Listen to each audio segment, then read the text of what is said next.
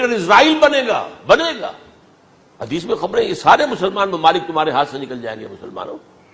یہ عراق اور اردن اور یہ اور وہ، یہاں تک کہ ترکی، سعودی عرب کا بھی شمالی حصہ نکل جائے گا. البتہ مدینے کا جو ان کا پروگرام ہے اس کو اللہ نہیں پورا ہونے دے گا. مدینے میں داخلے کی ان کو اجازت نہیں ملے گی. بہرحال یہ سارا کچھ ہونے والا ہے. وہ وقت بھی آنے والا ہے کہ حضور کی ایک حدیث کے مطابق ایک شخص کے 1000 بیٹے ہوں گے تو 999 ختم ہو جائیں گے، ایک بچے گا. یہ وقت بھی آنے والا ہے کہ حضور فرماتے ہیں اتنی بڑی جنگ ہوگی، اتنی خوریزی ہوگی کہ پوری زمین اٹ جائے گی لاشوں سے. تو پرندہ جو ہے کوئی، ایک تو پرندے ہوتے ہیں کہ جو مردار خور ہے، گدھ ہے، وہ تو بڑی خوشی سے اتریں گے، تناول فرمائیں گے لاشوں کو. اسی طریقے سے کوے ہیں، چیلے ہیں. لیکن جو نفاست پسند پرندے ہیں وہ لاش کے اوپر اترنا نہیں چاہتے. تو ایک پرندہ اڑتا چلا جائے گا، اسے کہیں زمین پر اترنے کی جگہ نہیں ملے گی، لاشیں ہی لاشیں ہوں گی، یہاں تک کہ وہ تھک ہار کر اس کے جو ہے پر جواب دے جائیں گے. گرے گا تو لاش پر گرے گا. یہ وقت آنے والا، اور یہ یہودیوں کے ہاتھ میں، یا یہودیوں کے جو سپورٹرز ہیں اس وقت، جو ان کے ہاتھ میں اعلی کار ہیں، ان کے ہاتھ آنا ہے. میرے نزدیک اس کام کے لیے اس ملعون قوم کو، کہ جو حضرت عیسیٰ کے زمانے سے ملعون ہو چکی ہے، اس کو باقی رکھا گیا ہے. اسے یہ موقع دیا گیا ہے. اس نے اسرائیل بنا لیا ہے. تقریباً 2000 سال کے بعد وہ دوبارہ آ کر آباد ہوئے اس سرزمین میں جہاں سے نکال دیے گئے تھے 70 عیسوی کے اندر. یہ سارا کچھ کیوں ہو رہا ہے؟ ان کا یہ استثناء کیوں کیا گیا؟ یہ بڑی تلخ بات ہے، یہ یاد کر لیجیے. کیونکہ یا تو قوم اسی وقت ہلاک کر دی جاتی، جیسا کہ ہوا قوم نوح، قوم ہود، قوم عاد، قوم سمود، قوم شعیب. یہ ہوا کہ نہیں ہوا؟ اور سدوم اور عمورہ کی بستیاں جہاں حضرت لوط بھیجے گئے، اور آل فرعون جو ہلاک کیے گئے. یا تو پوری قوم ہلاک کی جاتی، نہیں. یہ یوں سمجھیے کہ اس پورے معاملے کو درمیان میں سے ایک وقفہ دے دیا گیا. حضرت عیسیٰ کو اٹھا لیا گیا اور حضرت عیسیٰ دوبارہ آئیں گے. یہ کیوں کیا گیا؟ اب اس میں بڑی تلخ بات آپ سے کہہ رہا ہوں، یہ آپ کے لیے قبول کرنا آسان نہیں، حلق سے نیچے اٹھنے کی مشکل سے. اس قوم کو زندہ رکھا گیا ہے جو ملعون اور مغضوب علیہم قوم ہے. سب سورہ فاتحہ میں مفسرین لکھتے ہیں ضالین یہ نصارہ ہیں اور مغضوب علیہم یہ یہودی ہیں.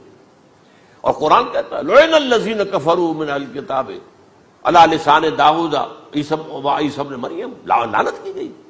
ایک ملعون اور مغضوب قوم کے ہاتھوں آخری امت محمد اور اس کا بھی بہترین حصہ، اس پر عذاب ان کے ہاتھوں آئے گا. اربوں پر عذاب یہودیوں کے ہاتھوں، اس لیے ان کو بچایا گیا. یہ میں نے کئی دفعہ واقعہ سنایا، مولانا اسلائی صاحب بتایا کرتے تھے، کیونکہ وہ راجپوت تھے، یو پی کے راجپوت، مشرقی حصے کے. کہ ہمارے ہاں کوئی نوجوان اگر کوئی بڑی گری ہوئی حرکت کرتا تھا تو اس کے سر پر چمار کے ذریعے، چمار کے ہاتھوں جوتا لگوایا جاتا تھا. اگر راجپوت کے سر پر راجپوت کا جوتا گرا تو چلو تکلیف تو ہوئی، لیکن یہ کہ راجپوت کا جوتا گرا ہے نا، پڑا ہے. لیکن راجپوت کے سر پر چمار کا جوتا، جس کو آپ انگریزی میں کہتے ہیں to add insult to injury, تو تکلیف بھی ہے جوتا کھانے کی اور انسلٹ ہے کہ ایک چمار مار رہا.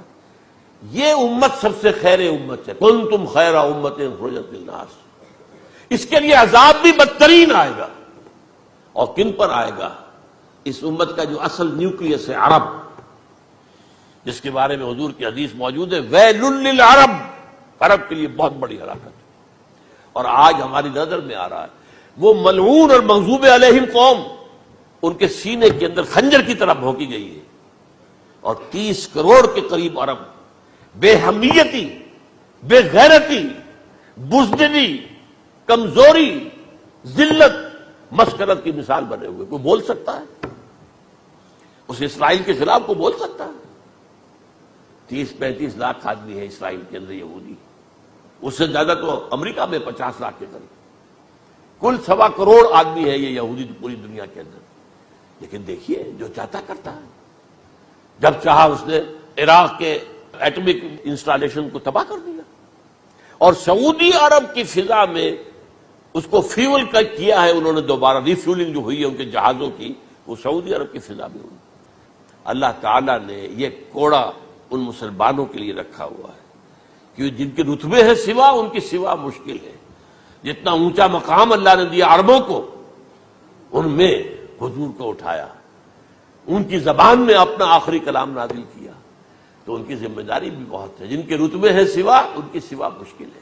یہ ہے میرے نزدیک واللہ اعلم